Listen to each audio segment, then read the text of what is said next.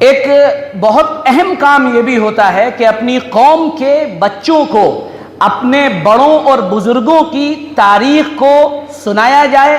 یاد رکھوایا جائے اور یہ تلقین کی جائے کہ یہ تاریخ بار بار ان کے سامنے آتی رہے، کیونکہ جو چیز بار بار سامنے آتی ہے اس کا فائدہ یہ ہوتا ہے کہ وہ چیز دل میں بس جایا کرتی ہے۔ جن کے پاس اپنے ہیروز نہیں ہیں، جن کے پاس اپنے زیادہ لیڈرز نہیں ہیں، جن کے پاس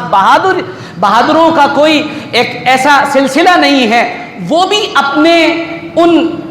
چھوٹے موٹے لوگوں کو بار بار یاد کرتے رہتے ہیں اور اپنے پورے کے پورے معاشرے اور قوم اور سماج کو یہ پیغام دیتے ہیں کہ تمہاری قوم میں شورویر ہیں، تمہاری قوم میں بہادر ہیں، تم بھی بہادر بنو۔ ہمارے یہاں تو بہادروں کا سلسلہ ہے، ہمارے یہاں محدثین کا سلسلہ، ہمارے یہاں مفسرین کا سلسلہ، ہمارے یہاں مبلغین کا سلسلہ، ہمارے یہاں مجددین کا سلسلہ، ہمارے یہاں مصنفین کا سلسلہ، ہمارے یہاں لکھنے والوں کا، بولنے والوں کا، پڑھنے والوں کا، جہاد کرنے والوں کا، اللہ کے لیے سر تن دھڑ کی بازی لگانے والوں کا ایک سلسلہ ہے، اور یہ اتنا لمبا سلسلہ ہے کہ اگر اس سلسلے پر کوئی طالب علم گفتگو کرے تو پوری رات گزر جائے۔ اسی لیے اس موضوع کا انتخاب کیا گیا کہ طارق ابن زیاد رحمۃ اللہ علیہ کا تذکرہ ہو۔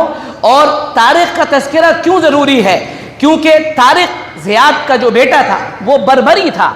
وہ بربری غلام تھا، اور ایک بڑا معنی خیز یہاں پر جملہ یہ کہیے کوٹیشن میں آپ کے سامنے کوٹ کر رہا ہوں،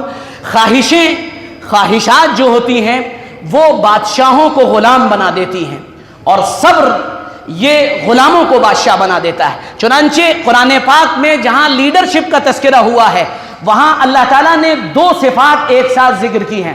اور ان دو صفات کو آپ اگر سن لیں، وَجَعَلْنَاهُمْ أَئِمَّةً يَهْدُونَ بِأَمْرِنَا لما صبروا وكانوا بآياتنا يوقنون، کہ ہم نے ان کو قیادت اور سیادت کا منصب دیا تھا، لیکن کب دیا تھا؟ جب ان کے اندر دو باتیں جمع ہو گئی تھی، لما صبروا کہ صبر ان کے اندر ایسا اتر گیا تھا کہ وہ بڑی بڑی چیزوں سے ہلتے نہیں تھے، وہ خاموش رہتے تھے، وہ بالکل چپ رہتے تھے اور بڑے بڑے سمندروں کو پی جایا کرتے تھے۔ یہ لیڈرشپ کی بنیادی ضرورت ہے کہ آپ صبر کرنے والے ہوں۔ اور دوسری چیز وَكَانُوا بِآيَاتِنَا يُوقِنُونَ کہ ان کو اللہ کی ذات پر یقین ایسا تھا کہ وہ یقین ہلائے نہیں ہل سکتا تھا۔ طارق ابن زیاد میں دونوں باتیں جمع ہیں۔ طارق ابن زیاد ان دونوں صفات کا حامل ہے۔ طارق ابن زیاد ایک بربری غلام ہے، اس کی پیدائش 670 عیسوی میں ہوئی ہے اور 720 میں یہ مرا ہے، اور اموی جو بادشاہت تھی، سلسلہ تھا، اس کا یہ ایک خادم تھا، اور یہ ایک مشن پر اسپین روانہ ہوا تھا۔ اور تاریخ میں ایک واقعہ ملتا ہے، ہمارے یہاں بھی اس کا ذکر دوسرے انداز سے ہوتا ہے کہ بیٹی کو بچاؤ اور بیٹی کو پڑھاؤ۔ تاریخی روایات میں یہ ملتا ہے کہ ایک بچی نے ایک خط لکھا تھا، اور اس خط کی اس کے ساتھ ایک تھوڑا سا ناانصافی کا معاملہ ہوا تھا، وہ تو بات لمبی ہے، تو باقاعدہ یہاں سے یہ پورا دستہ روانہ ہوا تھا جس میں 6-7 ہزار لوگ تھے، اور انہوں نے جا کر اسپین میں اترنے کے بعد، اسپین آپ سمجھ سکتے ہیں پرانے دور کا اسپین اور پرتگال، ان دونوں علاقوں کو طارق نے فتح کیا ہے، وہاں اتر کر طارق ابن زیاد نے جس اولو العزمی کا ثبوت دیا ہے، وہاں طارق ابن زیاد نے کہا اترتے ہی کشتیاں جلا دو، یہ معاملہ ہی ختم ہو جائے کہ ہمیں واپس جانا ہے۔ ماجد دیوبندی نے کہا ہے کشتیاں ہم نے جلا دی ہیں بھروسے پہ تیرے، اب یہاں سے نہیں ہم لوٹ کے جانے والے، کانپتے ہاتھ سے تلوار اٹھانے والے، کیا کہیں گے تیرے اجداد تاریخ بنانے والے۔ اس لیے طارق ابن زیاد کا تذکرہ ضروری ہے کہ ہمارے دلوں کے اندر حرارت پیدا ہو جائے۔ پراسرار بندے،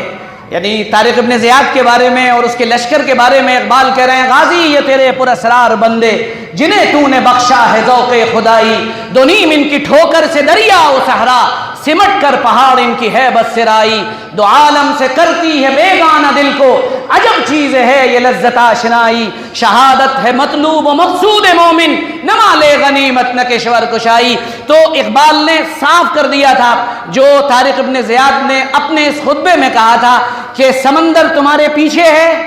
اور تم دیار غیر میں ہو، تم اجنبی ہو، جانے کا خیال نکال دو، تاریخ تمہارے لیے دو ہی لفظوں کا انتخاب کر چکی ہے. ان میں پہلا لفظ یہ ہے کہ یا تو یہاں تمہیں فتح ملی تو تم ساری رہتی تاریخ تک غازی کہلاؤ گے, اور اگر تم یہاں شہید کر دیے گئے, مار دیے گئے, قتل کر دیے گئے تو پھر تمہارا نام شہداء میں ہوگا اور تمہاری قبریں یہاں پر بن جائیں گی. دو ہی چیزیں تمہارے آپشن میں رکھی ہوئی ہیں. تو اس لیے یہ ایک ہمارے لیے بہت بڑا انسپریشن ہے جو طارق ابن زیاد کی بہادری کے ذریعے ہم سب کو ملا ہے. اللہ ہمیں بہادری والی, ہمت والی, حوصلوں والی اور انتہائی حکمت کے ساتھ اور تدبر کے ساتھ اور بہترین فیصلوں کے ساتھ یہاں زندگی گزارنے کی توفیق عطا فرمائیں. مولانا سید صادق قاسمی سبھی طرح کے دینی بیانات, دین اور دنیا کے تمام مسائل اور تمام موٹیویشنل بیانات سننے کے لیے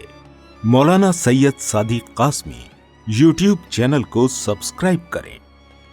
مولانا کے بیانات کو باقاعدگی سے حاصل کرنے کے لیے